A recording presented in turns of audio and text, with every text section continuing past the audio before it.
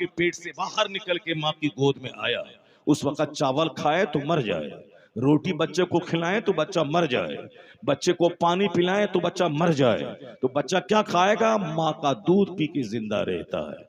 तो अभी पैदा होने से 5 मिनट पहले माँ की छाती खुश्क थी, और जैसे बच्चा पैदा हुआ माँ की छाती से दूध की नहर बह गई, दूध का दरिया बह गया। कौन है जो बच्चा पैदा अभी हुआ और उसकी रोजी का इंतजाम फौरन कर दिया, खुश्क छाती से दूध का दरिया बहा दिया? वो अल्लाह है जिसने माँ के पेट में तुझको रोजी दी, वो अल्लाह है जिसने माँ की गोद में तेरी रोजी का इंतजाम किया। तो ए जवान, तू 15-18 साल का जवान हो गया है, अब तू रोजी के चलते रोजी की तलाश में नमाज छोड़ रहा है, रोजी की तलाश में दिमाग चला रहा है, रोजी की तलाश में तू रोजा छोड़ रहा है, रोजी की तलाश में तू झूठ बोल रहा है, रोजी की तलाश में तू सूद खा रहा है। याद रख, कौन है जिसने माँ के पेट में तुझे पाला, जिस वक्त तू कमाने के काबिल नहीं था, जिस वक्त तू माँ की गोद में था, कि किस तरह रोजी का इंतजाम किया। अगर 18 साल की जवानी में तो एतमाद यही कर ले कि जो रब माँ के पेट में मुझको नहीं भूला, जो रब माँ की गोद में नहीं भूला, मैं इबादत करूंगा चाहे रोजी का बज़ाहिर कोई जरिया ना हो, मुझे यकीन है कि वो खुदा मुझे नहीं भूलेगा। अगर ये एतमाद पैदा हो जाए तो हदीस में आया है, अल्लाह वहां से रोजी देगा जहां से तू सोच नहीं सकता है। जैसे परिंदा अपने घोंसले से सुबह भूखा पेट निकलता है और शाम भर पेट अपने घोंसले में वापस आता है।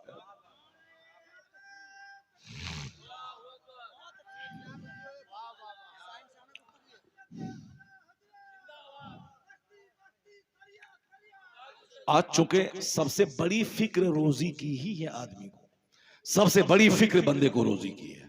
इसी रोजी की वजह से आदमी झूठ बोलता है, इसी पैसे के लिए आदमी सूद खाता है, इसी पैसे के लिए रमजान के रोजे को छोड़ता है, इसी पैसे के लिए नमाज जैसी सबसे बड़ी इबादत को बंदा तर्क करता है, इसी पैसे के लिए बंदा दुकान में बैठ करके सुबह से शाम तक झूठ बोलता है, लंद फंद करता है। काम है डेकोरेशन, 10 लाख रुपए में हो जाएगा, बोलता है कि 50 लाख रुपए में भी नहीं होगा, हमको घाटा हो रहा है, हमको घाटा हो रहा है, 50 लाख में भी नहीं होगा। ये जानता है कि 10 लाख में काम हो जाएगा, मगर फिर भी बोलता है कि 50 लाख में भी घाटा हो जाएगा हमारा। अब सामने वाले को बोलता है कि ऐसा वैसा फला चिला, वो अंदर से जानता है कि मैं इसको ठग रहा हूँ और जानता है कि इसमें बहुत ज्यादा फायदा हो जाएगा, तो तुम उसको ठग रहा है। लेकिन ये जानना कि जो अल्लाह रब्बुल इज्जत 5000 में जो बरकतें देता है, वो 50 लाख की बरकतों को छीन लेता है। जो हलाल तरीके से 5000 कमाए जाएं, वो हराम के 50 लाख पे भारी होता है। नजर चूंकि अल्लाह से हटी हुई है, इसलिए जिंदगी आज टफ हो गई, रोजी का मसला टफ हो गया। आज रोजी का मसला जिंदगी में हावी है।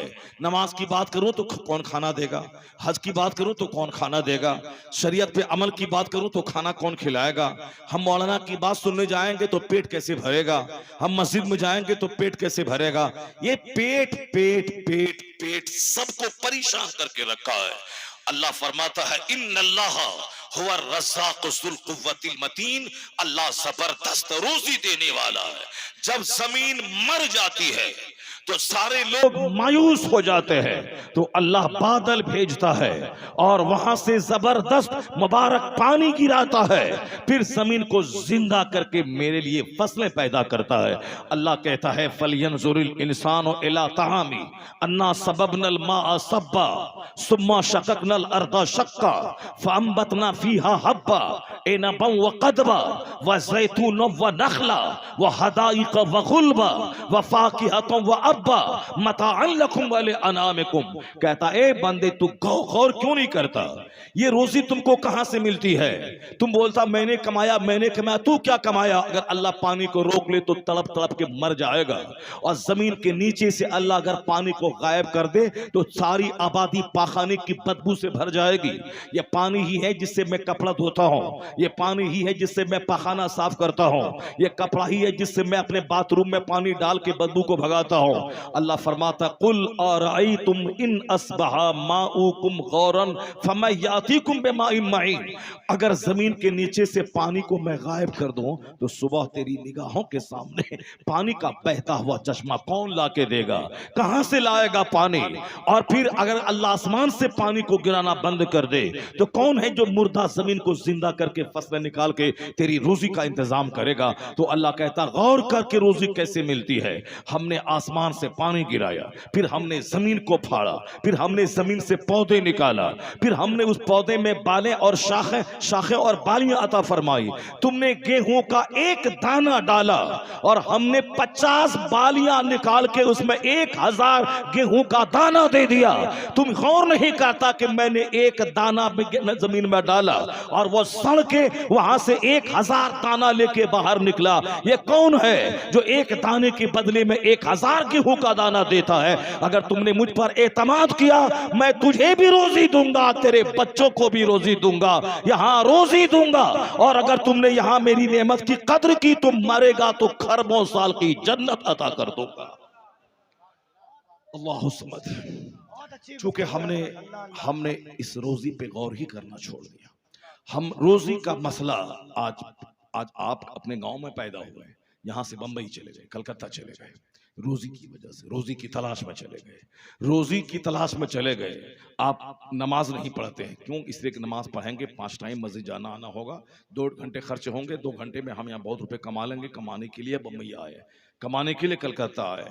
अचानक डेड बॉडी बम्बई से आपकी घर आ रही, अचानक कलकत्ता से आपकी लाश घर आ रही। नहीं सुना आपने? रोजाना आए दिन यह कहानी हो रही। कमाने के लिए अमेरिका गया था, उसकी डेड बॉडी आ रही है। कमाने के लिए बंबई गया था, उसकी लाश आ रही है। कमाने के लिए वो दिल्ली गया था, उसकी लाश घर आ रही। हमारे गांव में कई लाश दिल्ली से आई, जो कि हमारे गांव के बहुत सारे बच्चे सिर्फ दिल्ली ही में रहते हैं, दिल्ली में रहते हैं, पंजाब में रहते हैं, इसलिए वहां से लाश आती है, वहीं से डेड बॉडी आती है। सारा इलाका जानता है, ये पूरी दुनिया की कहानी। अमेरिका से डेड बॉडी आ रही है। हम और आप बीमार पड़ते हैं तो इलाज कराने कलकत्ता जाते हैं, लेकिन मगर जो हिंदुस्तान के बड़े लीडर बीमार पड़ते हैं वो एम्स नहीं जाते हैं, वो अमेरिका जाते हैं। अमेरिका जाने का मतलब ये नहीं कि हम मेरा मरीज शफायाब हो जाएगा। अमेरिका में जो भी गया वहां से तंदुरुस्त होकर लौटता है, ऐसा नहीं है। जिस तरह आपके मरीजों की लाश कलकत्ता से आपके गांव में आती है, उसी तरह नेताओं की लाशें अमेरिका से वतन में आती है। हमारे शहर का सबसे बड़ा डॉक्टर, बहुत जो छू मंतर उसके हाथ में, यानी जो भी मरीज उसके पास जाए शिफा होना है, इस कदर मशहूर था वो डॉक्टर। पूरे हमारे डिस्ट्रिक्ट में चर्चा था उसका, भीड़ लगी रहती थी। जिस भी मरीज को टच किया उसका अच्छा हो जाना तय है। कहाँ जा रहे हो? फला डॉक्टर साहब के, बस चलो ठीक है। लेकिन उसको जब कैंसर हुआ, ब्लड कैंसर, तो अपने ब्लड कैंसर का इलाज कराने के लिए वो बर्तानिया गई, बर्तानिया लंदन, वो लेडीज डॉक्टर थी, बर्तानिया गई। और आज से 40 साल पहले हमारे शहर में कार चलाती थी वो लेडीज डॉक्टर, सारा शहर देखता था। चूंकि 40 साल पहले ये सोच भी नहीं थी कि औरत स्कूटी चलाएगी, औरत कार चलाएगी। ये तो आजकल फिल्मी कल्चर की वजह से बेपर्दगी, बेहयाई, बेशर्मी हो गई है। मगर चूंकि वो फॉरेन से पढ़ के आई थी, वो फॉरेन का कल्चर तो 100 साल पहले से बिगड़ा हुआ है, इसलिए वो कार खुद ड्राइव करती थी शहर में, सारा शहर उसको देखता था। मगर चूंकि हाथ में शिफा ही इस कदर थी कि लोग उनकी इन सारी बेपर्दगी और मॉडर्नाइजेशन को नजरअंदाज कर देते थे कि भाई ये काम की डॉक्टर है। बहुत शोहरत, बहुत इज्जत मिली, बहुत दौलत कमाई, मगर आखिर में रिजल्ट क्या निकला? ब्लड कैंसर की मरीजा हो गई, इलाज कराने के लिए लंदन गई, वहां से डेड बॉडी भी वापस नहीं आई उसकी, वही अंग्रेजों की दुनिया ही में दफन हो गई, नहीं बच पाई, नहीं बच पाई। इसलिए मौत एक ऐसा सब्जेक्ट है जो कुरान करीम में बहुत ज्यादा मौत का चर्चा है। और हुजूर ने कहा है जो रोजाना 20 बार मौत को याद करे वो अपने बिस्तर पे ही क्यों ना मर जाए, अल्लाह उसे शहादत का मर्तबा अता फरमाता है। चूंकि मौत आदमी को ढेर तमन्नाओं से रोकती है, मौत आदमी को नमाज छोड़ने से रोकती है, मौत आदमी को गुनाहों से रोकती है। हम चूंकि आज मौत को भूल गए, यही वजह है कि आज मौत याद नहीं आती है और रोजी की तलाश में पागल हो गए। बच्चे को इंजीनियर बनाना है, फला बनाया, करोड़ों कमाया। बच्चे को डॉक्टर बनाना है, फला बच्चा डॉक्टर बना, करोड़ों कमा लिया। डॉक्टर, इंजीनियर, साइंटिस्ट, प्रोफेसर एक नशा है। मौलवी साहब जो 15-20 साल मदरसे में पढ़ा और फिर वो मस्जिद में रह करके इमामत करके पैसा कमा रहा है। यानी सारी जिंदगी कौम के पैसे पे ये मौलवी जिंदा रहा। लेकिन ये भी प्लान बनाता है कि बेटे को मौलवी नहीं बनाना है, बेटे को डॉक्टर बनाना है, बेटे को इंजीनियर बनाना है, बेटे को मास्टर बनाना है, बेटे को दारोगा बनाना है, बेटे को फिलोसफर बनाना है। ये सब एक नशा छा गया है।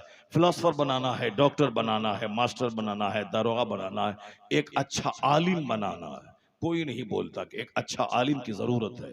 जो आलिम से कोई मसला पूछे तो वह फोन लगा के दूसरे से नहीं पूछे, वह खुद अपने मुताले से उसका जवाब दे। आलिम जो अरबी जबान पान की तरह बोले, आलिम वो है जो कुरान और हदीस का जानकार हो, वो आलिम है। अब ऐसा नहीं कि टोपी पहन लिया, पंजाबी पहन लिया, ये तो सारे लोग पहन रहे हैं। बरकाती टोपी पहले मौलाना पहनता था, और आजकल तो बहादुरपुर के सारे लोग बरकाती टोपी पहनते हैं। सारे लोग पहनते हैं। पहले बरकाती टोपी मौलाना लोग पहनते थे, आज से 10 साल पहले, लेकिन आजकल बरकाती टोपी सब पहनने लगे। पहले वो ऊंची टोपी, कश्मीरी टोपी सारे उलमा कराम पहनते थे, नेता, और उसके बाद नेता पहनने लगा, और नेता को देख के आम पब्लिक भी पहनने लगी।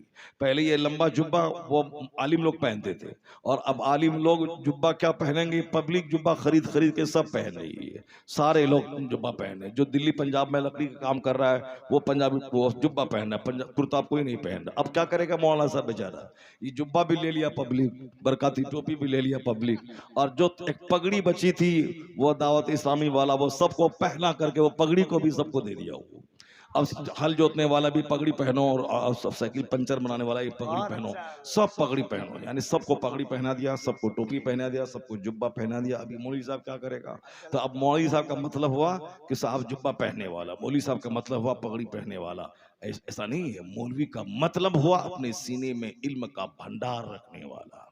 मौलवी का मतलब है जो अपने सीने में इल्म का भंडार रखता हो, जो कौम के उलझे मसाइल का हल बताता हो, जो लोगों को गुमराही से बचाता हो। वो हर इलाके में ऐसा जबरदस्त बड़ा आलिम बनना जरूरी है। हम लोगों ने आलिम को समझ लिया कि वो आलिम जो महफिल मिलाद में बहुत स्पीड में तकरीर करता हो, नहीं, जो दरसगाहों में बैठ के बच्चों को अरबी जबान में तफसीर सिखाता है, सुनाता है, वो है बड़ा आलिम। जो सारे मसाइल पे नजर रखता है, रोजाना 5 घंटे स्टडी करता है, वो है आलिम। इसलिए आलिम, सबसे बड़ा आलिम हर इलाके में रहना जरूरी है। अगर आपका बच्चा ज़हीन हो, आपका बच्चा जीनियस हो, आपका बच्चा बिल्कुल टैलेंटेड हो, तो उस बच्चे को आप आलिम बनाएं। क्योंकि डॉक्टर तो आजकल एक ढूंढे 1000 मिलेंगे, इंजीनियर तो एक ढूंढे लाख मिलेंगे, और साहब का एक मास्टर एक ढूंढे दर्जनों सैकड़ों हजारों मिलेंगे। मास्टर से दुनिया भर गई, डॉक्टर से दुनिया भर गई, इंजीनियर से दुनिया भर गई, मगर आलिम नहीं मिलेंगे।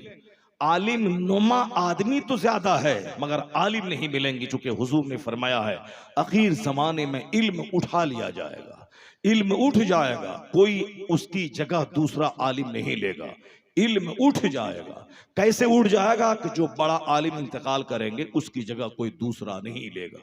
वह ढांचे का मौलवी रहेगा, उर्दू पढ़ने वाला मौलवी रहेगा, वह अखबार पढ़ने वाला मौलवी रहेगा, वह महफिल मिलाद में रट के 1 घंटा तकरीर करने वाला मौलवी रहेगा, मगर वो इल्म हदीस, इल्म तफसीर, इल्म फिक्र का जानकार नहीं रहेगा।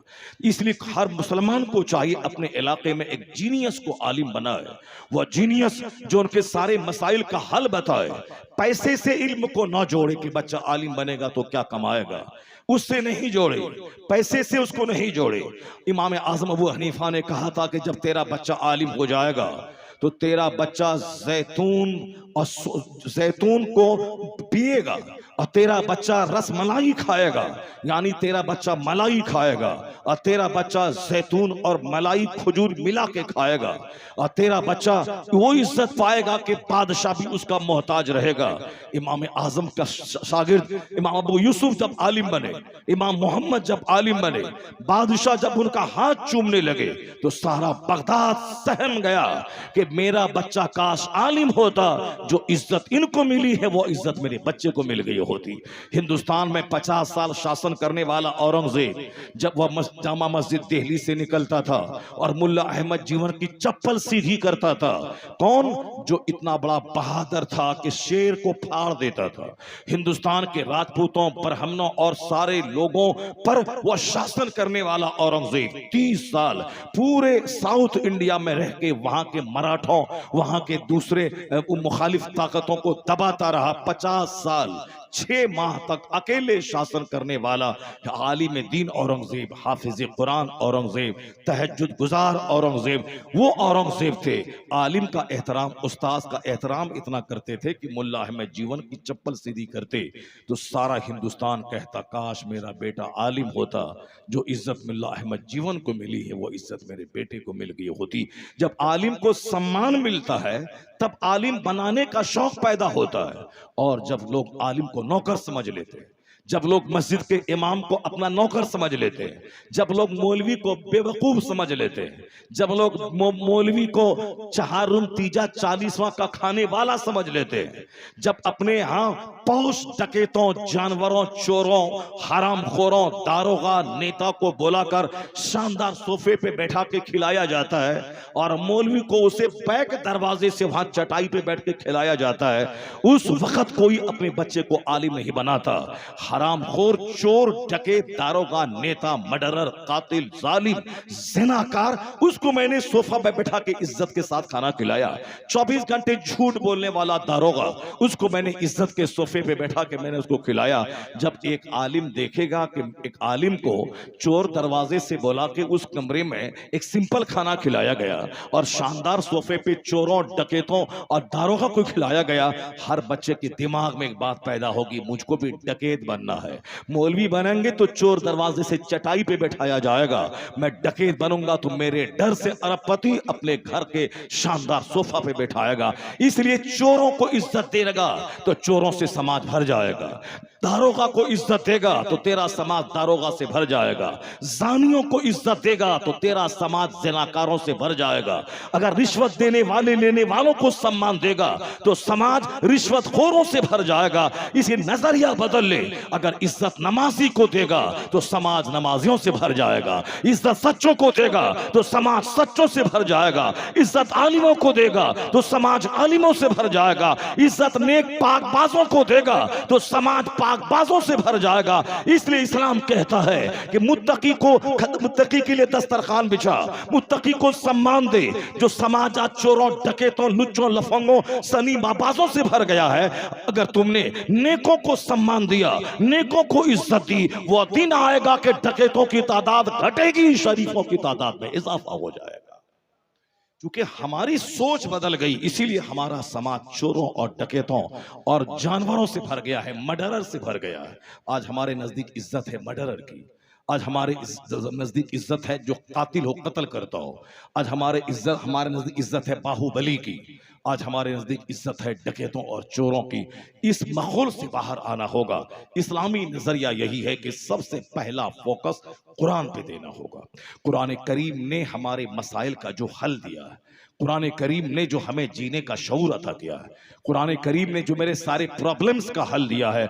मैं एक दो आयत करीमा पढ़ता हूँ, अपनी सोच क्या है और कुरान क्या कहता है, जो अल्लाह की किताब है, उसकी रोशनी में आप जायजा ले लें कि हम कहाँ भटक रहे हैं और आखिर में नतीजे में होता क्या है। वही होता है, बंदा ताकत के नशे में बोलता हम यूं कर लेंगे, यूं तीर मार देंगे, ये कर लेंगे, वो कर लेंगे, और जहां 4 साल के बाद कारोबार ठप हुआ तो वह गूंगा हो जाता है, वह उल्लू हो जाता है। बंबई में कारोबार खूब चल रहा था तो ये करेंगे, वो करेंगे, मुसलमान पीछे है, हमें साहब आगे बढ़ना है, बेटी पर्दा में रहेंगी तो बेटी नहीं पढ़ पाएगी, इसलिए बेटी को जींस टी शर्ट पहनवा के मैदान में लाना होगा, बेटी को नर्स बनाना होगा, डॉक्टर बनाना होगा, बेटा को पढ़ाना होगा। इस्लाम ढोएंगे तो नहीं काम चलेगा, तरक्की नहीं कर पाएंगे। शुरू में खूब सोचता है हमको ये करना है, हमको वो करना है। हाँ ठीक है, मुसलमान है, इस्लाम सच सही बात है, मगर दुनिया दुनिया में जीना है तो दुनियादारों की तरह जीना होगा, काफिरों के मुल्क में रहते हैं, उनका कल्चर अपनाना होगा। खूब ऐंठता है और जूटता है। जहां 3 साल के बाद कारोबार बंबई का ठप हुआ, एक एक पैसे का जहां मोहताज हुआ, अब वो सारा कल्चर ब्रिटेन का, रूम का, रूस का, जर्मनी का, काफिरों के मुल्क का, वो सारा गुरूर और नशा उतर जाता है। तो उस वक्त बंदा क्या बोलता है, हजार कोई चाहे अपने चाहने से क्या होता है, वही होता है जो मंजूरे खुदा होता है। सुभान अल्लाह। आखिर में तो बंदा यही बोलता है कि होता वही है जो अल्लाह चाहता है। पहले खूब इतराता है, पहले खूब सीना तान के चलता है, पहले खूब बड़बोले बनकर से काम लेता है, मगर मोमिन को अल्लाह ने एक जीने का तरीका दिया। खबरदार, दौलतों के अंबार पे भी बैठे रहो तो बोली फिरौन जैसी मत निकालना, कारून जैसी बोली मत बोलना, नमरूद जैसी बोली मत बोलना। चूंकि जो अल्लाह दौलत देना जानता है, वो अल्लाह दौलतें छीन के भिखारी बनाना भी जानता है। सारा इख्तियार उसी रब के पास है। ये एतमाद ही कमजोर हो गया, इसीलिए दौलत मिली तो शैतान हो गया, और गरीब हुआ तो डकैत हो गया। यानी गरीबी में भी ईमान लुटा और मालदारी में भी ईमान लुट गया, जबकि ये नजरिया इस्लाम के खिलाफ है। हुजूर की हदीस सुनिए, सरकार क्या फरमाते हैं। आका फरमाते हैं, अजबल अम्रिल मोमिन इन्ना अमरहु कुल्लहु लहू खैर। हुजूर कहते हैं कि मोमिन का जो मामला है वो सबसे अलग थलग है, ताज्जुब खेज है। वो काफिर लोग हैं कि दौलतमंद बने तो वो पेशाब के रास्ते से आग उगलने लगता है। वो काफिर लोग हैं जो दौलतमंद बने तो जुल्म और अत्याचार की इंतहा कर देता है।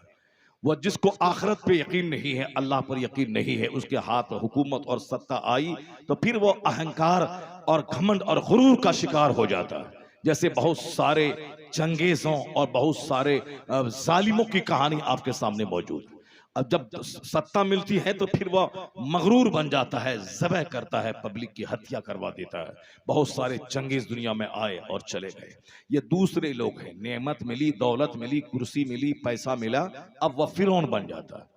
दूसरे लोग हैं, अब वह दूसरे लोग हैं। अगर गरीब बन गया, पैसा था तो खूब अच्छा अच्छा बोलता था, जहां पैसा घट गया तो अब गोंगा हो गया, अल्लाह को गाली देने लगा, बोला नहीं कोई खुदा नहीं है, माअल्लाह, 1000 बार माअल्लाह। अगर वह मालदार रहता है तो रोजाना 10 बार जल ढारता है मूर्ति पे, और जहां गरीब हुआ तो मूर्ति को उठा के फेंक देता है घर से। एक आदमी मेरे पास आया ताबीज लेने के लिए, बच्चे को बुखार है, अब ताबीज दे दीजिए। ताबीज दिया, उसको बच्चा अच्छा हो गया। बोला घर जाते हैं उस मूर्ति को उठा के फेंक देंगे।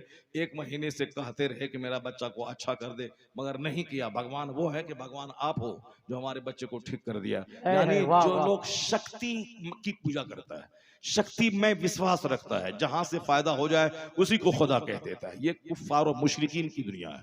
मुसलमान 1 करोड़ का नुकसान हो जाए, वह कभी भी गैर खुदा को खुदा नहीं कहता है। वह चाहे वह झूठ बोल के 50 खरब का फायदा मिले, शिर्क करके, मुसलमान शिर्क नहीं करता है, वह करोड़ों के मुनाफिक को ठोकर मार देता है, मगर अल्लाह पर विश्वास कमजोर होने नहीं देता है।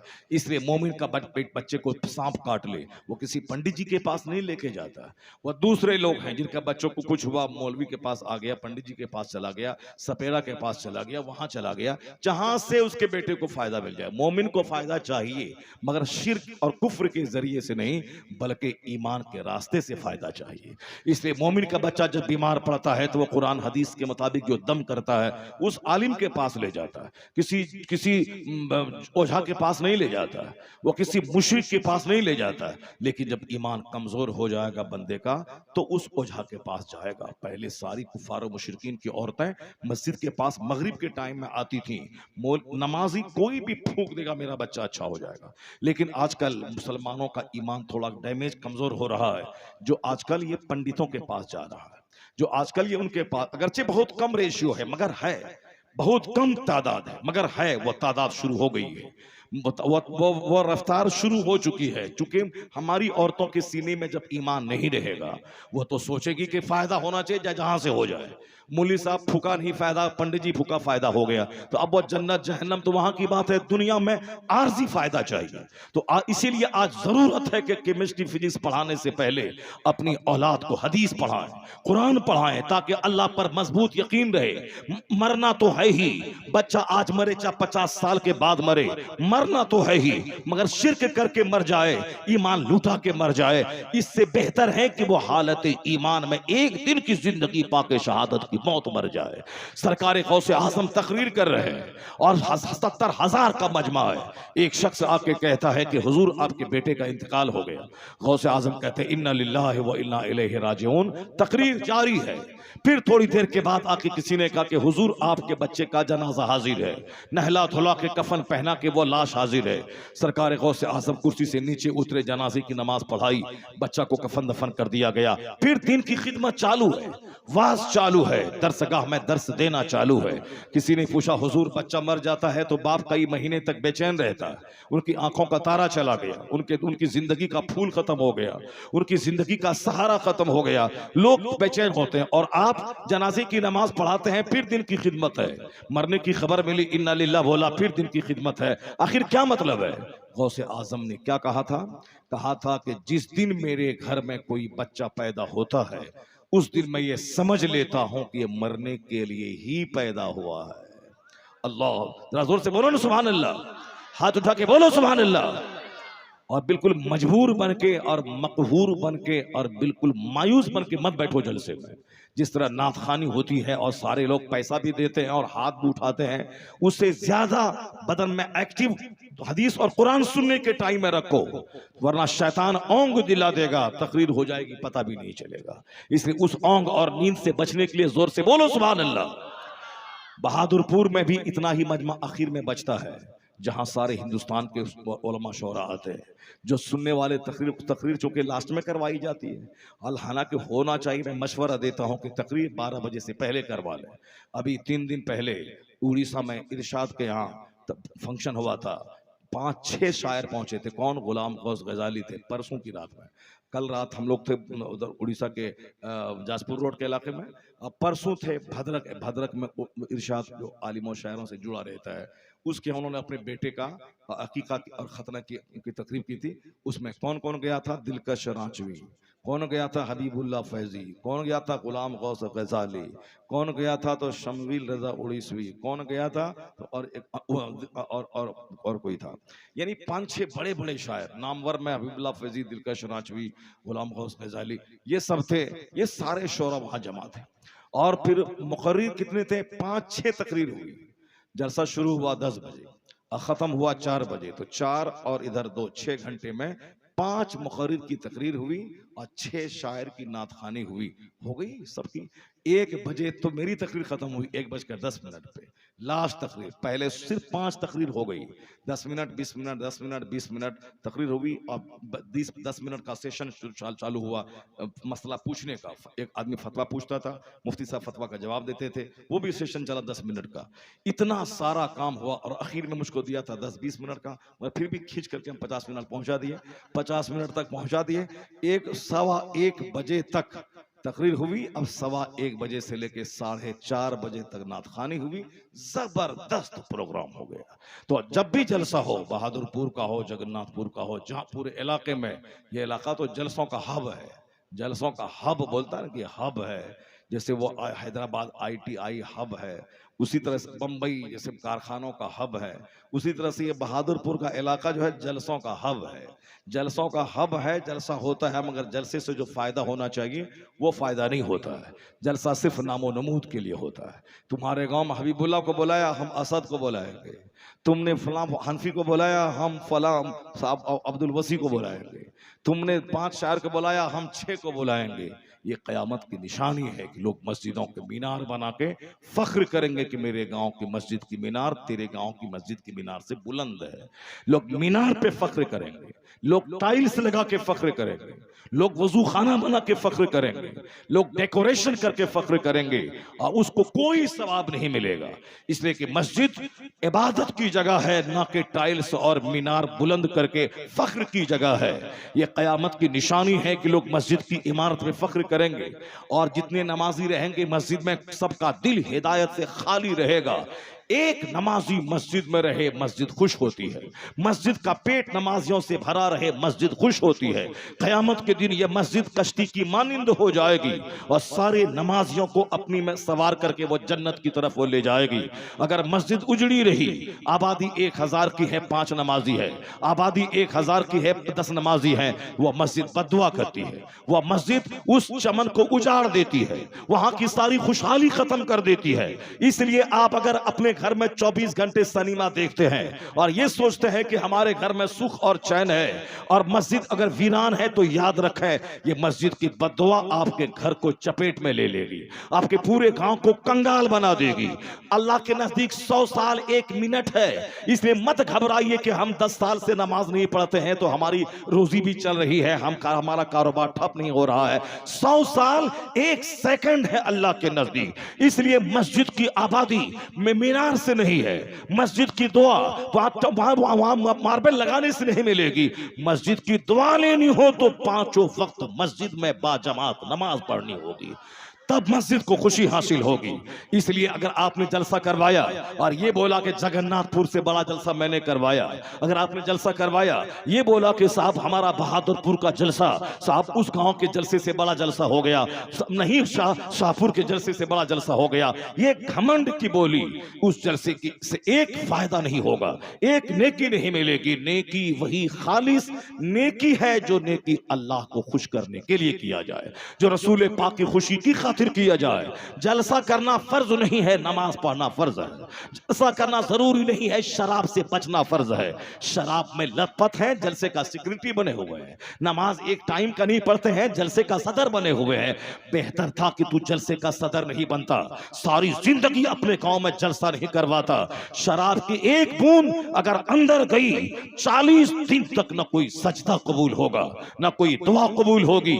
उसी हालत में अगर मर गया तो जन्नत की खुशबू उस पर हराम हो जाएगी। ये बता दे कि कहां इस्लाम क्या कहता है, तुम कौन सा इस्लाम का डंडा पकड़े हुआ है, इस्लाम क्या कहता है और तुम क्या किधर जा रहा है। ये फख्र और नामोनमूद करने वाला ये किस इरादे से तू कर रहा है जलसा। अगर तुमने इरादा इसलिए किया ताकि हर जलसे के बाद 10 नमाजी बन जाए, हर जलसे के बाद 5 शराबी तौबा कर ले, हर जलसे के बाद लोगों को 10 मसाइल मालूम हो जाए, हर जलसे के बाद शादी ब्याह में जो गंदे रस्म है वह उसका खात्मा हो जाए, हर जलसे में 5 आदमी वादा करे कि हम मुतालबे जहेज जो रिश्वत है मुतालबे जहेज नहीं करेंगे, हम फर्नीचर तक नहीं लेंगे, हम सिर्फ एक दुल्हन को ला करके और वलीमा खिला करके हम सुन्नत को जिंदा करेंगे। हुजूर ने कहा है मेरी उम्मत के फसाद के जमाने में जो सुन्नत को मजबूती से पकड़े रहा उसे 100 शहीदों का सवाब मिलेगा। मेरी उम्मत के फसाद के जमाने मन तमस्सका बेसुन्नती इंदा फसाद उम्मती फलहू अजरो मेहता शहीद। हुजूर फरमाते हैं जब मेरी उम्मत में फसाद फैल जाए, कोई किसी की बात मानने को तैयार न रहे, सुन्नतों पे अमल नहीं हो, लोग गैर सुन्नतों पे अमल करने के बाद फख्र महसूस करें, यानी जब सुन्नतों पे अमल करने वालों को बेवकूफ समझा जाता हो और गैर इस्लामिक कल्चर को लोग अपनाता हो, उस जमाने में अगर कोई गाली सुनकर, अगर कोई दूसरों का इल्जाम सुनकर, अगर कोई अपने मलामत सुनकर हुजूर की सुन्नत को मजबूती से थामे रखा, उसको एक नहीं अल्लाह के रसूल कहते हैं 100 शहीदों का अज्र उसको मिलेगा। इस जमाने में दाढ़ी मुंडाने की रस्म आम है। हमने देखा बहादुरपुर में 70 साल का बुढ़ा भी दाढ़ी मुंडाता है और वह जलसे की सदारत करता है और वह जलसे का सदर बन के कुर्सी पर बैठता है। मैंने देखा जगन्नाथपुर में 70 साल का बुढ़ा भी दाढ़ी मुंडता है। क्यों? इसलिए कि उसकी बीवी उसको बोलती है कि दाढ़ी मुंड के चेहरा चिकना कर, ताकि चेहरा चिकना रहेगा तो अच्छा रहेगा, और चेहरे पे दाढ़ी जंगल की तरह अच्छा नहीं लगती है। जंगल, ये दाढ़ी जंगल हो गई और अपनी बीवी को खुश करने के लिए इस जंगल को मूंड रहा है। यह जंगल है, इस जंगल को साफ करना है चूंकि उसको अच्छी नहीं लगती है। अल्लाह नाराज रहे चलेगा, रसूलुल्लाह नाराज रहे चलेगा, गौसे पाक नाराज रहे चलेगा, गरीब नवाज नाराज रहे चलेगा, मुजाहिदे मिल्लत नाराज रहे चलेगा, ताजुश शरिया नाराज रहे चलेगा। सिर्फ झंडा उठा के ताजुश शरिया मुजाहिदे मिल्लत करने से कुछ नहीं मिलेगा। मुजाहिदे मिल्लत की रूह उस वक्त खुश होगी जब तुम सुन्नतों पे अमल करेगा। झंडा नहीं भी उठाए, मुजाहिदे मिल्लत की दुआ तेरे साथ रहेगी, ताजुश शरिया की दुआ तेरे साथ रहेगी, क्योंकि ये वो बुजुर्गाने दीन है, जो तुम्हारे झंडे से खुशी नहीं होती, सुन्नतों पे अमल से उनकी रूह को खुशी हासिल होती है। इसीलिए जलसे का सदर है साहब, अच्छा सुन्नत गायब है, जलसे का सेक्रेटरी है, सुन्नत गायब है। 70 साल का बूढ़ा है, इसको और जवान होने की तमन्ना है। आला हजरत से किसी ने पूछा था, हुजूर ये काला खिजाब लगाना कैसा है?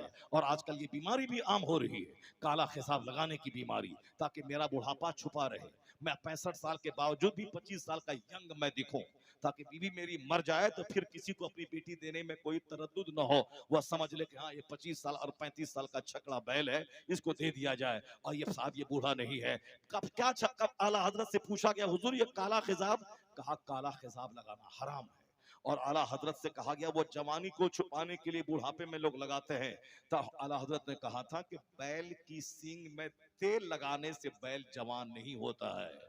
इसी तरह से काला खिजाब यहाँ बाल में लगा के काला कर लिया, मगर ये रग को क्या करेगा, ये पुट्ठे को क्या करेगा, ये आसाब को क्या करेगा, ये हड्डी को क्या करेगा, ये उम्र के तकासों को क्या करेगा। 25 साल की जवानी की ताकत 65 साल में कहां से तू ला पाएगा? नहीं मिलेगी ताकत। क्यों लगाता है खिजाब, क्यों नाराज करता है खुदा को? दाढ़ी मूंडने से जवान हो जाएगा, या हाथ कप कपा रहा है और दाढ़ी मूंडने से जवान हो जाएगा? और साहब इधर दाढ़ी मूंडने से इसको जवान कहलाएगा। न बीवी डरेगी तुझसे और न कोई बेटी तुझको देगा। और अगर सुन्नत पर अमल किया तो सुन्नत की जब ताकत रंग लाएगी तो 80 साल के बुढ़ापे में भी बादशाह वक्त अपनी बेटी तुझको देने को तैयार हो जाएगा। सुन्नत पे आमिल में बला की ताकत होती, सुन्नत पर अमल करने में। इसलिए तमाम खुराफात वाहियात और बिदात को छोड़ दे, सुन्नतों पे अमल कर, दाढ़ी रख, नमाज़े पंचगाना पाबंदी से पढ़। अगर तुमने ऐसा रखा, मुजाहिद मिल्लत राजी होंगे, आला हजरत राजी होंगे, गौसे आजम राजी होंगे। और मुस्तफा कहते हैं मेरी उम्मत के फसाद के जमाने में, जबकि आम तौर पर सुन्नतों पे अमल न करने का रिवाज हो, उस जमाने में सुन्नत पे अमल करने वाले को लोग लानत मलामत करते हो, तो उस जमाने में कोई सब कुछ सह करके जो सुन्नत पे अमल करेगा, हुजूर कहते हैं मेरी उम्मत के फसाद के जमाने में जो सुन्नत की रस्सी को थामे रखा, अल्लाह उसे 100 शहीदों के बराबर अजर अता फरमाएगा। जहां सारे लोग दाढ़ी रख रहे हैं वहां दाढ़ी रखना कमाल नहीं है, जहां सारे लोग नमाज पढ़ रहे हैं वहां नमाज पढ़ना कमाल नहीं है, जहां सारे लोग तिलावत कर रहे हैं वहां तिलावत करना कमाल नहीं है, जहां सारे लोग फिजिक्स केमिस्ट्री और फिल्में देख रहे हैं वहां कुरान पाक पढ़ना कमाल की बात है, जहां सारे लोग दाढ़ी मूंड रहे हैं उन माहौल में दाढ़ी मुंडों के माहौल में दाढ़ी रखना यह कमाल की बात है। जहां लोग शादी ब्याह में मुतालबे जहेज करके शादी को बेबरकत बना रहे हैं वहां मुतालबे जहेज को पांव के नीचे रौंद कर सादगी और सुन्नत पे अमल करना यह कमाल की बात है। आज हम कहते हैं कि साहब कौन चलता है कौन अमल करता है? अल्लाह है, अल्लाह देख रहा है। ये जो आज सारे लोग अपने बेटों की नाफरमानी की शिकायत लेके मौलाना के पास पहुंचते हैं, हजरत मेरा बेटा शादी हुई वो सास का गुलाम हो गया, मेरा बेटा शादी हुई ससुर का गुलाम हो गया, वो अपने भाई से मुंह लटका के बात करता है और अपने साला को भाई जान करके घंटों घंटों तक बात करता है, अपनी बहन के घर नहीं जाता और अपनी साली से घंटों बात करता है, उसके साथ वो मार्केट घूम रहा है, वो सास अम्मा बोल रही है, ससुर अब्बा आ रहे हैं, और साहब ईद के दिन में अपने बाप को डॉक्टर मार का लुंगी देता है और अपने ससुर को चांद मार का हाई क्लास का 100/100 वह 1000 रुपए की लुंगी अपने ससुर को देता है कि ससुर है, ससुर को सम्मान दे रहा है, ससुराल वाले को मान रहा है, ससुराल का बच्चा भी आ जाए तो फौरन बिरयानी बना के खिलाता है, और अपनी फूफी अपनी चची अपनी खाला अपनी बहन आ जाए ये साहब ऐंठ के चला जाता है, बाजार से सामान तक नहीं लाता है। हुजूर तावीज दे दीजिए कि मेरा बच्चा बिगड़ गया, ससुराल वाले का गुलाम हो गया है, जरा कम से कम ये गुलामी करना छोड़ दे, मैंने पढ़ाया मैंने लिखाया, मेरी दौलत मेरा घर मेरा मकान मेरा बच्चा, मैंने सब कुछ किया, लेकिन आज ये मुझको बाप कहने को तैयार नहीं, आज मेरे सामने बैठकर बात करने को तैयार नहीं, अपनी माँ के पास बैठने को तैयार नहीं है। मैं कहता हूं ये तो हालात की वजह से ऐसा हुआ है, लेकिन इसमें 100% कसूर उस माँ बाप का भी है जिस माँ बाप ने अपने बच्चों को फिजिक्स पढ़ाया, कुरान नहीं पढ़ाया, केमिस्ट्री पढ़ाया, कुरान नहीं पढ़ाया, फिल्म दिखलाया, मुस्तफा जान रहमत की हदीस के फैजान पर गुफ्तगू नहीं की, 100% कसूर उसका है। वो मास्टर के पास ले गया, कोचिंग सेंटर ले गया, आलिम के पास लाके नहीं बोला इसको हदीस सिखाइए, इसको तहजीब सिखाइए, इसको हुजूर की सुन्नत सिखाइए। अपने बच्चे को बोला मौलाना के चक्कर में मत पड़ना, ये मौलाना मौलवी एक चंद सिक्के के मालिक है, वो आएगा बोलेगा पैसा लेगा चला जाएगा, आएगा तरावी पढ़ाएगा पैसा लेके चला जाएगा, और ज्यादा इससे दोस्ती किया ये ज़कात मांगेगा, ये खैरात मांगेगा, ये चर्म कुर्बानी मांगेगा, ये फितरा मांगेगा, ये उश्र मांगेगा, तुझको कंगाल बना देगा। मौलवी के चक्कर में मत पड़ना, दाढ़ी रखवा देगा, जवानी में पंजाबी पहनवा देगा, और जब कोई बेटी तुझको नहीं देगा अगर दाढ़ी तूने रख लिया। हमने ही अपने बेटे को आलिमों से दूर किया था कि मौलवी के चक्कर में मत पड़ना, ये सब दुनियादार किस्म के लोग हैं, सबको पैसा चाहिए, जन्नत की बात बोलते हैं मगर इनको पैसा चाहिए, मौलवी के चक्कर में मत पड़ना, ये तुमको कंगाल बना देगा। तो अब ये बच्चा के दिमाग में बैठ गया कि मौलवी के चक्कर में नहीं पढ़ना है, मौलवी के चक्कर में पढ़े तो बोलेगा जन्नत की तैयारी करो, वो बोलेगा नमाज पढ़ो, वो बोलेगा सुन्नतों पे अमल करो। इस दुनिया में कौन चलता है? दूर से सलाम का अस्सलाम वालेकुम मौलवी साहब, बाकी मौलवी के पास बैठ के उसकी बात मत सुनना, सलाम कर देना, कभी 5 टका है उनके हाथ में दे देना, 100 रुपए है ईद के दिन नजराना दे देना, 100 रुपए है उसको दे देना, उनकी बात मत सुनना। और अब जब बच्चा जवान हुआ, आलिमों की गुफ्तगू नहीं सुन रहा है, उनके पास नहीं बैठ रहा है, अब वो देख रहा है कि हमारी बीवी से मेरी ख्वाहिशात की तकमील हो रही है, या मेरी बीवी की माँ है, या मेरी बीवी का बाप है, या मेरी बीवी का भाई है, वो अपने ख्वाहिशात की तकमील की खातिर बीवी की मोहब्बत में साली से प्यार कर रहा है, वो अपने ससुर को इज्जत दे रहा है, वो अपने साला को भाईजान कह रहा है, और अपनी माँ को अपने लिए बोझ समझ रहा है। तो 100% कसूर उस बाप का है जिसने मौलवी से दूर रखवा के अपने बच्चों को अपने से दूर किया, ससुराल वाले का गुलाम किया। अगर मौलवी के पास तेरा बच्चा जाता तो मौलवी बताता बाप तुम्हें पुख्ता मकान दे न दे, जमीन दे न दे, ये बाप जन्नत का दरवाजा है, कभी उसको तकलीफ मत पहुंचाना, बाप नाराज हुआ खुदा नाराज हो जाएगा। हदीस में आया है, मुस्तफा कहते हैं माँ के कदमों को जो चूम लेता हो ऐसा है जैसे जन्नत की चौखट को बोसा दे रहा हो। माँ को जो मोहब्बत से माँ बाप के चेहरे को देखता हो, हर नजर के बदले में मकबूल हज का अज्र अल्लाह उसके नामे अमाल में लिख देता है। 50,000 खर्च करके गया, 5 लाख हज को गया, हज कबूल हुआ या ना हुआ कोई जमानत नहीं है, लेकिन यहाँ हुजूर कहते जो मोहब्बत से माँ बाप का चेहरा देखे, हर नजर के बदले में मबरूर हज का अज्र अल्लाह देता है। हज मबरूर का मतलब वो हज जो कबूल हो गया हो, जो हज कबूल ना हुआ हो वो हज चेहरे पे मार दिया जाता है, और हाजी हज से लौटने के बाद पहले से ज्यादा बदअमल हो जाता है।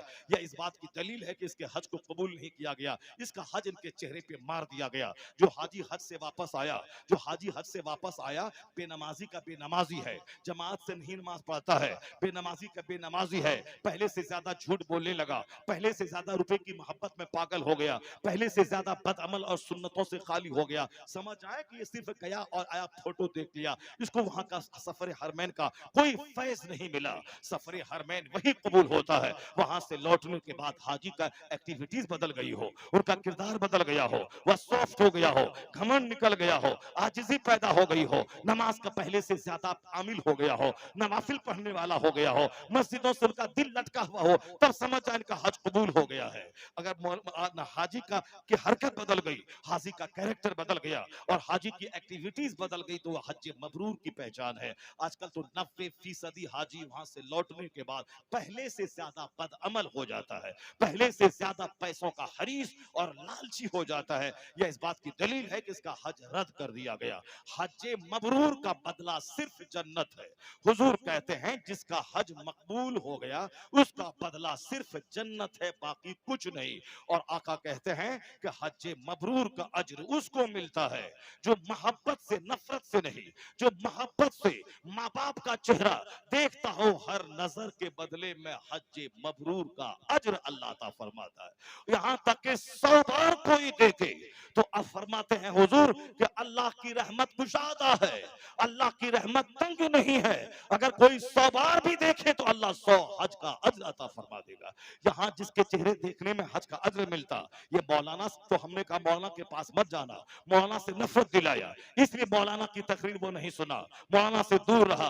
अब सास प्यारी है, माँ प्यारी नहीं है, इसके जिम्मेदार वो बाप है जिसने जिसने आलिम से नफरत दिलाया, इसके जिम्मेदार वो घर वाले हैं जिसने अपने बच्चों की गुट्टी में इस्लाम और इस्लाम बताने वाले आलिमों की मोहब्बत नहीं पिलाई। आज जब बच्चा उजड़ गया है तो तावीज मांगने आ रहे हैं। आज जब बच्चा बिक गया है ससुराल वालों के हाथों, आज तावीज मांगने आ रहे हैं। 1 करोड़ तावीज अगर आप बच्चों के गले में बांध दें तो जिसकी नहुसत की वजह से वह बिगड़ा है, वह नहुसत तावीज से दूर नहीं होगी। ऐसा कहीं होता है कि आम का पेड़ मैं लगा दूं और वहां तावीज डाल दूं इसमें से सेब निकले? नहीं होगा ऐसा। आम के पेड़ में 1 लाख तावीज देने से सेब नहीं निकलेगा।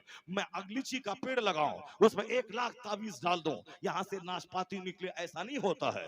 जैसा बीज हो, जैसा दरख्त हो, वैसा ही फल पैदा होता है। मैं खेत में धान लगा दूं और मैं बोलूं 1 लाख तावीज दे दूं यहां से गेहूं निकल जाए, नहीं होता है ऐसा।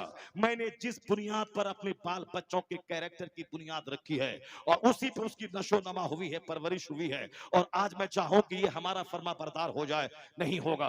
बच्चों को फर्मा बरदार बनाने के लिए जो मुस्तफा ने जो कानून दिया है उस कानून पे अमल करना होगा। सरकार रोजा फरमाते हैं लड़का हो या लड़की, उन दोनों में फर्क नहीं पैदा करना पड़ेगा। लड़की हो तो भी, लड़का हो तो भी, उन दोनों को कुदरत की का एक अतिया और तोहफा समझकर, उसको अल्लाह का एक गिफ्ट और अल्लाह का तोहफा समझकर उसको देना पड़ेगा और अल्लाह का शुक्र अदा करना होगा। हुजूर हबीबी हो रहे हैं। अब मैं मुख्तसर अपना बयान करता हूँ। हजरत के चेहरे को आप देखते रहें और अपने अपने दिल की दुनिया को सजाते रहें। बैठ जाएं सारे लोग, बैठ जाएं, बैठ जाएं, बैठ जाएं, बैठ जाएं। अल्लाह तबारक व तआला हमारे हजरत का साया हम सबों पे देर तक कायम फरमाए। मुजाहिद मिल्लत की यादगार हैं हबीब मिल्लत। उड़ीसा और बंगाल ही नहीं बल्कि पूरे तैयार की आबरू हैं हबीब मिल्लत। सादगी देखकर मुजाहिद मिल्लत की याद ताज़ा हो जाती है। हर साल हरमैन शरीफैन का सफ़र करते हैं, वहाँ से आते हैं। पहले लोग कहते थे कि शुगर के मरीज हो गए हैं, कमज़ोर हो गए हबीब मिल्लत, अब अल्लाह इनको सेहत दे, तंदुरुस्ती दे। मगर जब मदीना से लौट के आते हैं तो फिर 2-4 साल के लिए नई तवानाई लेके आ जाते हैं। सुभान अल्लाह। मदीना पावर हाउस है, वहां जाते हैं, वहां से पावर लेके आते हैं। आज से 15 साल पहले मैंने देखा था, उससे ज्यादा मजबूत आज मैं देख रहा हूं, इसलिए कि हरमैन तैयबैन का फैज लेके आते हैं और साल के 360 दिन हिंदुस्तान में बांटते रहते हैं। सुभान अल्लाह। कभी कभी 3 घंटे की तकरीर वो काम नहीं करती है जो 3 मिनट इन लोगों का मजलिस में बैठना काम कर जाता है। सरकार मुफ्ती आजम हिंद रज़ी अल्लाह तआला अन्हु, वो मैं तकरीर नहीं करते थे, मुफ्ती आजम हिंद महफिल में आके कभी कभार 1 घंटा 2 घंटा बैठ जाते थे। तकरीर सुनने के बाद बेनमाजी नमाजी नहीं बनता हो, मुफ्ती आजम हिंद को देखने के बाद बेनमाजी नमाजी बन जाता था। अपने चेहरे को मूंढने वाला, उनको देखने के बाद उनके सीने में एक भूचाल पैदा होता था, वह सुन्नतों का आमिल बन जाता था। नेक लोग, सिंपल लोग, सादे लोग उन बुजुर्गों की याद ताज़ा करते। आजकल छोकरा सब जो नात खानी करता है, छोकरा सब जो मुकर्रिर बने हुआ है, उनका कपड़ा देखिए तो आप देख के दंग रह जाएंगे। पायजामा अलग कलर का, जुब्बा अलग कलर का, पगड़ी अलग कलर की, तौलिया अलग कलर का, और साहब एक दिन में 5 पगड़ी बदलना है। 5 पगड़ी बदलना, हम तो समझते थे ये मोदी जी है, एक दिन में 5 जैकेट बदलता है, मगर ये मौली साहब मोदी जी को पीछे छोड़ दिया, अब एक दिन में 5 पगड़ी बदलता है। रास्ते में अलग, वहां अलग, स्टेज पर अलग, स्टेशन पे अलग। ये पगड़ी बदलने वाला सोचता है कि पगड़ी बदल बदल के सारा हिंदुस्तान फतह कर लेंगे, नहीं होता है। हिंदुस्तान फतह करने के लिए सिंपल बनना होगा, सादा बनना होगा, नुमाइश से काम नहीं चलता है। हुजूर की सुन्नतों पे अमल करने से दिल की दुनिया बदल जाती है। लोगों के दिलों को जीतने के लिए पेचीदगी नहीं, लिबास का धोस नहीं दिखाना होगा। लोगों का दिल जीतने के लिए मुजाहिदे मिल्लत की सादगी इख्तियार करनी होगी। मैं कभी कभी कहता हूं वह शहजादा था, एक स्टेज का, एक रऊफ या स्टेट का शहजादा था। रईस आजम उड़ीसा थे, वह चाहते तो सुबह अमेरिका में और शाम इंग्लैंड में करते, रोजाना 10 लिबास बदलते। लेकिन जिन लोगों ने मुजाहिदे मिल्लत को देखा है, उनका आज भी बयान है कि वही सिंपल सी टोपी, वही सिंपल सा कुर्ता, वही सिंपल सी लुंगी, वही सफेद रंग सुन्नतों के मुताबिक, मगर चेहरे पे सुन्नत पे अमल की वो हैबत थी, हुकूमत वक्त के कारिंदे थर्रा जाते थे जब उस ज़ईफ मुजाहिदे मिल्लत का चेहरा देखते थे। सुन्नतों के पर अमल करने में धमक महसूस होती है, सरकार की सुन्नतों पे अमल करने से रूहानी ताकत मिलती है। आजकल जो जवान नहीं करते वह काम करके मुजाहिदी मिल्लत ने दिखला दिया है। आलिम बनना और है, मुजाहिद बनना और है। मुजाहिद मिल्लत आलिम बाअमल भी थे, वह शेखुल इस्लाम भी थे, वह बहुत बासलाहियत मुदर्रिस भी थे, मगर सबके ऊपर में मुजाहिदाना रंग चढ़ गया कि आलिम दरसगाह में बैठकर दर्स देता है, मगर कोई बात आती है तो मैदान में नहीं जा पाता है। मुजाहिद मिल्लत आंखों में आंखें डालकर, हुकूमत वक्त की आंखों में आंखें डालकर बात करते थे। वो उस मुजाहिद का नाम है जो तसव्वुफ और सुलूक की राह पे चल के दूसरे ममालिक में जाके मजहब अहले सुन्नत का झंडा गाड़ दिया है। मुजाहिद मिल्लत जेल में रहकर जेलर को दंग कर दिया है। मुजाहिद मिल्लत सफर की भीड़ भाड़ में जनरल डब्बे में सफर करके उससे निकलकर नमाज पढ़ के मुझ जैसे कमजोर मौलवियों को जो भीड़ भाड़ का उज्र बताते हैं, उन लोगों के लिए एक मॉडल थे मुजाहिद मिल्लत, जो जनरल डब्बे में सफर करने के बाद भी तहज्जुद की नमाज न छोड़ता हो, नमाज पंजगाना न छोड़ता हो, सुन्नतों पर अमल न छोड़ता हो। सुन्नतों पे अमल, नमाजों की पाबंदी और सादगी ने वो ताकत अता कर दी कि जो काम बड़े बड़े सूफियों से ना हो सका वो काम मुजाहिद मिल्लत ने करके दिखला दिया। इसलिए उड़ीसा और बंगाल के लोगों को चाहिए वो बुज़दिल न बने, वो मायूस न रहे, उनका चेहरा उतरा हुआ न रहे। इसलिए कि बिहार में मुजाहिद मिल्लत की कब्र नहीं है, उत्तर प्रदेश में उनकी कब्र नहीं है, जिसकी कब्र पे हाजिर होने से आंखों में कुफ्र और शिर्क के खिलाफ आग पैदा हो जाती हो, उस मुजाहिद की कब्र उड़ीसा में है। जब अब लगे कि हिंदुस्तान में जीना अब मुश्किल हो गया, लगे कि अब हिंदुस्तान में इस्लाम का मुस्तकबिल तंग नजर आ रहा है, मुजाहिद की कब्र पे जाना, वहां से हौसला लेना और कहना कि तुमने इस्लाम मिटाने की ठान लिया है, तो अब हमने भी इस्लाम बचाने की ठान लिया है। अब हमने भी इस्लाम बचाने की ठान लिया है। और जिन जिन हरकतों से इस्लाम कमजोर हो रहा है, उन सारी बदअमली को पहले तुमको दूर करना होगा। अपनी बेटियों को जींस पहनाने से पहले बता दे कि इसका अंजाम क्या होगा। अपनी बेटी को टी शर्ट पहनाने से पहले सोच ले इसका अंजाम क्या होगा। अपनी बेटी को डॉक्टर इंजीनियर बनाने से पहले सोच ले कि इसका अंजाम क्या होगा। जो इस्लाम न सिखा के सिर्फ इंजीनियर बनाने के शौक पर अपनी बेटी को बेपर्दा किया, वह तो अपनी बेटी का दुश्मन है वो बाप। इसलिए कि 99% जो औरत कमाने वाली होती है इंजीनियर डॉक्टर बनकर, उसका अपने शौहर से एडजस्टमेंट नहीं होता है। 99% यहाँ तो बगैर कमाए हम आपकी बीवी सर पे बैठ के शासन करती है, ये लाओ वो लाओ, ये नहीं दिया वो नहीं दिया। और जो खुद 1-1 लाख 2-2 लाख कमाने लगेगी, उसका हाल क्या होगा। वो शौहर से जंग करती है, नहीं ये पैसा मेरा है, मेरे बाप ने जमीन बेच के मुझको पढ़ाया है, तुम मेरा शौहर हो, तुम मुझको मेहर की रकम देगा, तुम मुझको खाना खिलाएगा, और ये पैसा जो मैं कमाती हूँ ये मैं अपने गरीब भाई को दूंगी, ये पैसा जो मैं कमाती हूँ ये अपने भतीजे को दूंगी, ये पैसा जो मैं कमाती हूँ ये मैं अपने बाप को दूंगी। शौहर बोलता तू मेरी बीवी है, तेरा सारा माल मेरा है, मैंने तुझको डॉक्टर समझ के शादी इसलिए किया है ताकि तेरी कमाई मेरी होगी। वो कहती नहीं नहीं मेरे बाप ने मुझको पढ़ाया है। अब दोनों में जंग छिड़ती है, दोनों की मोहब्बत खत्म, दोनों का बिस्तर अलग, दोनों की जिंदगी में दरार। कभी कभार एक हो भी जाए मगर दिल एक नहीं होता। तो जिस औरत की जिंदगी सुकून से शौहर के पास न गुजरे, उसमें उसको डॉक्टर इंजीनियर बनाने का दखल है, तो वह बाप अपनी बेटी का दुश्मन है जो ऐसा इल्म दिया जिस इल्म की वजह से उसकी बेटी की जिंदगी आग में जल रही है। शौहर का प्यार कभी नहीं पाया, यहां तक कि झुंझला के शौहर से तलाक मांग लिया, यहां तक कि गैर मर्दों के साथ भाग गई। आज हजारों टीचर स्कूल में पढ़ाने वाली वो गैर मर्दों के साथ भाग गई, अपने शौहर को छोड़ दिया, शौहर से तलाक ले लिया। कौन है इसका जिम्मेदार? इसका जिम्मेदार नया कल्चर है, नई तहजीब है। आज बेशुमार मुसलमानों की बेटियां काफिरों के साथ भाग गई, इसका जिम्मेदार कौन है? नई तहजीब, नया कल्चर, एंटी इस्लामिक कल्चर, ये चुस्त लिबास, ये गैर इस्लामी सोच। हमारे घर में 360 दिन गुजर जाते, कभी मैं हुजूर की हदीस नहीं बोलता, कभी मैं कुरान पाक की एक आयत नहीं पढ़ता, कभी मैं बुजुर्गों की तारीख बच्चों को नहीं बताता। सिर्फ ही बताते हैं वो डॉक्टर बना इतना कमा लिया, वो इंजीनियर बना इतना कमा लिया, वो बंबई में कारोबार किया, खरबों में खेलने लगा। हमने बच्चों के दिमाग में पैसा डाला, जन्नत नहीं डाला, जहन्नम की आग से बचने का शौक नहीं डाला। हमने बच्चों को अल्लाह का डर नहीं बताया, वो पैसा पैसा करने लगी, पैसा पैसा मेरा बच्चा करने लगा। अब वह ईमान बेचकर किसी हिंदू के साथ भागना पड़े, उसको जवानी की आग बुझाने के लिए गैर मुस्लिम के साथ जाना पड़े, वो चली जाएगी। क्योंकि उनके नजदीक अब इश्क बाजी करना, मोहब्बत करना, अपनी जवानी के दिनों का वह गर्म बिस्तरों पे जाके इसका इस्तेमाल करना, यही उनकी जिंदगी का सबसे बड़ा मकसद है। किसी काफिर का चेहरा देखा, उसका चेक बुक देखा, उसका पैसा देखा, उसकी मिठाई का पैकेट देखा, उसका मुस्कुराता चेहरा देखा, उसका नेट पर चैटिंग करता देखा। गैर मुस्लिमों के लाखों बच्चे वह नेट का इस्तेमाल करके चैटिंग कर रहे हैं, मुसलमानों की बेटियों को हाईजैक कर रहे हैं, उसको मुस्कुराता चेहरा देकर, आमदनी का झांसा देकर, उसके बदन को चूस कर उसके बदन के हजारों टुकड़े करके चौराहे पे फेंक देते हैं। 6 लाख मुसलमान की बेटियां दुबई में वहां सिस्कियां ले रही हैं, वह तवाइफ के कोटे पर रहने पर मजबूर है। क्यों? गैर मुस्लिम ने और मुसलमान लड़कों ने भी झांसा देकर उसको दुबई ले गया, फिर उसके बदन को 3 महीने निचोड़कर चौराहे पे उसे बेचकर उसके पैसे से वो भाग गया। अब वो न घर आ सकती है, न दूसरी शादी कर सकती है, न पुराना उसका लालच देने वाला शौहर आ सकता है। अपनी बेटियों को बताना होगा कि तेरा जाहिल रहना, कुरान पढ़ना, नमाजों का पाबंद रह के मर के जन्नत पहुंच जाना ये बेहतर है ईमान के लुटाने से।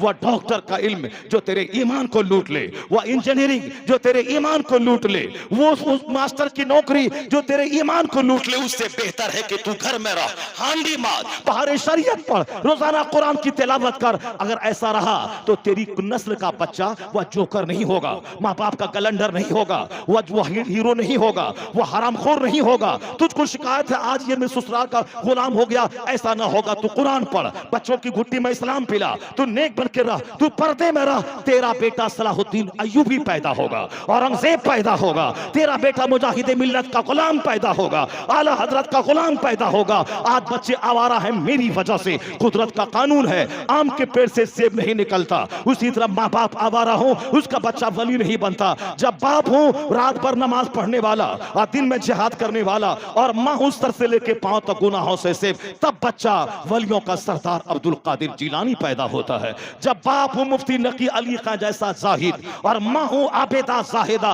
तब बेटा 14वीं सदी का मुजद्दिद अहमद रजा खां पैदा होता है। और जब दादा हूं हुज्जतुल इस्लाम जैसा और नाना हूं मुफ्ती आजम हिंद जैसा, और फिर जब घर में माहौल हो मुफ्ती आजम हिंद की बेटी के तहज्जुद वाला माहौल, बाप मुफस्सिर आजम हिंद हो और माँ तहज्जुद गुजार, अपने जेवरात को बेचकर मंज़िल इस्लाम के मुदर्रिसिन की तनख्वाह दिलाने वाली, जब माँ बाप ऐसे हो तब बेटा 10 करोड़ कमोबेश मुरीदों का मुर्शिद हुजूर अख्तर रजा खां अज़हरी ताजु शरिया पैदा होता है। जब माँ लाजवाब हो, जब बाप लाजवाब हो, तब बच्चा ऐसा लाजवाब पैदा होता है। ये बच्चियां जो गैरों के साथ भाग रही हैं 100% माँ बाप का कसूर है, जिसने अपने बच्चों को दीन नहीं सिखाया। सिर्फ doctor, master, engineer, professor, scientist, advocate, वकील और जज, ये सारा कुछ बाद में, पहले उसे मुस्लिम बना दे। अपने घर में सुन्नतों पे अमल कर। लड़का लड़की के पैदा होने पे फर्क पैदा मत करना, लड़की की पैदाइश पे खुशियां मनाना, लड़की की पैदाइश पे खुशियां मनाना। मैंने देखा आज लड़का पैदा होता है तब वो जलसा करता है, तब वो आलिमों को बुलाता है, तब वो सारे गांव को भोज खिलाता है। ऐसा मत करना, गलत मैसेज समाज में मत देना। अल्हम्दुलिल्लाह पहले शुरू में 4 बेटियां मुझको हुई।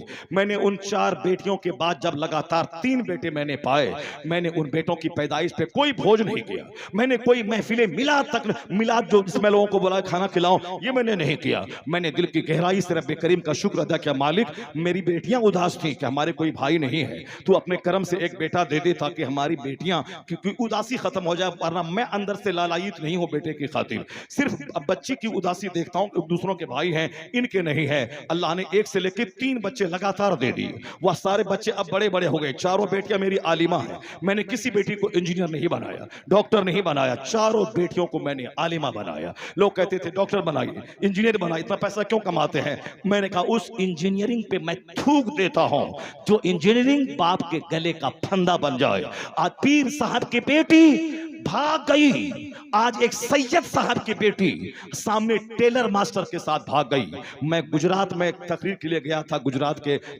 मोरबी में। सैयद साहब 3 बच्चे का बाप, उनके चाचा की बेटी से शादी किया था, मगर उनकी बीवी सामने टेलर मास्टर के पास कपड़ा सिलवाने के बहाने जाती थी, उसी के साथ भाग गई। शौहर छोड़कर, 4 बच्चों को छोड़कर भाग गई उसके साथ। अगर अपनी बच्ची को पर्दे में रखता है, उसको खैर मर्दों से मिलने नहीं देता है, जिस कॉलेज में पढ़ाने वाली लड़कियां हो वहां जाके पढ़ के अगर इंजीनियर का क्लास लेती हैं तब तो ठीक है, मगर गैर मर्दों से कोचिंग करवाना, गैर मर्दों से पढ़वाना, गैर मर्दों के पास बैठ करके, उससे बेहतर है कि तेरी बेटी जाहिल रहे, घर में रहे, नमाजी रहे। नहीं मिली दुनिया।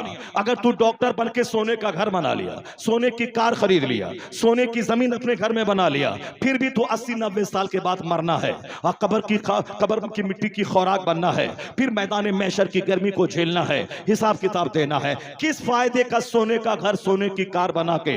अंजाम जब वही है। इसलिए सोने का घर मत बना, बल्कि जन्नत की तामीर कर, आखिरत का घर बना।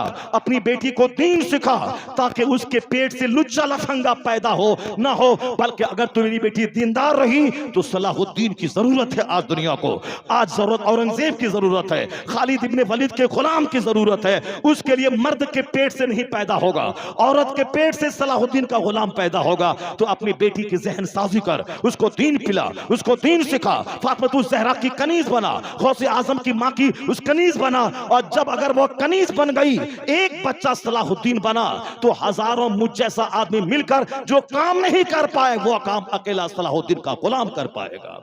आज जरूरत है कि आज हमारे बच्चे नेक बने। उसके लिए शादी ब्याह की फजूल खर्ची दूर करनी पड़ेगी। उसके लिए बेटा और बेटी में फर्क पैदा करना छोड़ देना पड़ेगा। बेटा को भी नेमत है और बेटी भी नेमत है, दोनों को एक निगाह से देखना होगा। अपने माल में से हिस्सा बेटी को भी देना होगा, अपने माल में से हिस्सा अपने बेटे को भी देना होगा, और फिर फजूल खर्ची छोड़नी पड़ेगी।